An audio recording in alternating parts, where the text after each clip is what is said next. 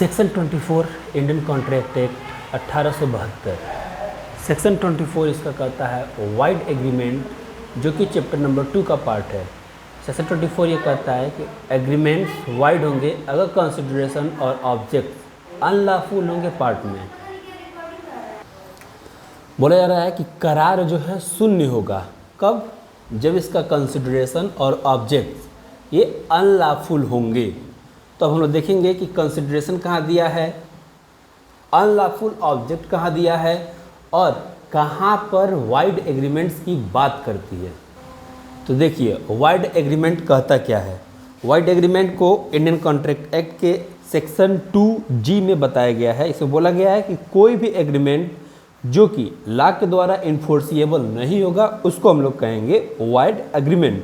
और कंसिडरेशन जो है उसको 2D में दिया गया है। बोला गया है कि कंसिडरेशन जहाँ पर प्रॉमिसर के डिज़ायर पे प्रॉमिसी या फिर कोई भी दूसरा पर्सन किसी काम को करता है या फिर करने से रोकता है या फिर करने देता है, तो ऐसा एक्ट या फिर प्रॉमिस कंसिडरेशन कहलाता है उसके प्रॉमिस के लिए।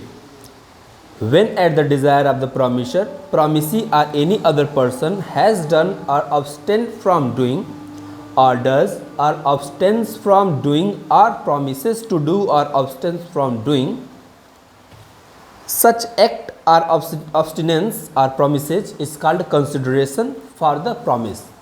और अनलॉफुल ऑब्जेक्ट सेक्शन 10 में थोड़ा सा बस बताया गया है कि अनलॉफुल ऑब्जेक्ट जो होते हैं ये कॉन्ट्रैक्ट करने के लिए, अग्रीमेंट करने के लिए ये ग्राउंड नहीं है। अब सेक्शन 24 पे अगर हम लोग आए तो इसमें कहता है कि कोई भी ऐसा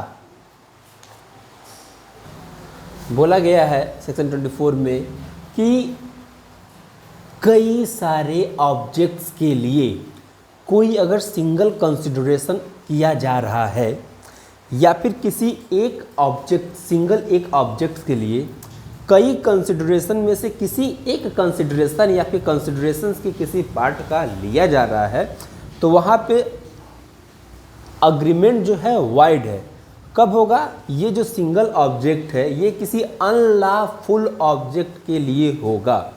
इसके इलस्ट्रेशन में कहा गया है कि अगर कोई पर्सन ए है वो प्रॉमिस करता है कि बी के बिहाफ पे सुपरिटेंडेंस करेगा, और ये जो बी है ये एक इंडिगो के मैन्युफैक्चरिंग की कंपनी है, और फिर कहता है कि यहाँ पे बी के बिहाफ पे वो इलीगल ट्रैफिकिंग करेगा।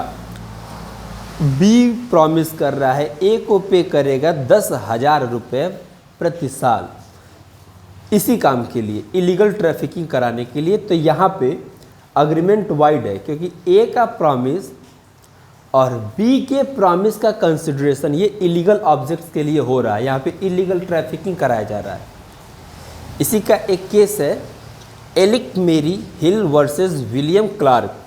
ये इलाहाबाद का केस है, केस 1905 का है। इसमें कहा गया है कि जहाँ पे ऑब्जेक्ट